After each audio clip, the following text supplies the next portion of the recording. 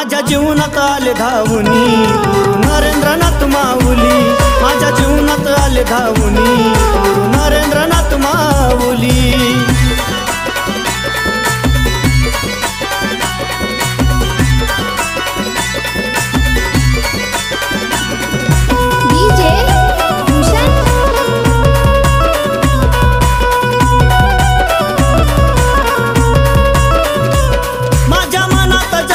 गुरु आम्ही कुणाच्या माग फिरू,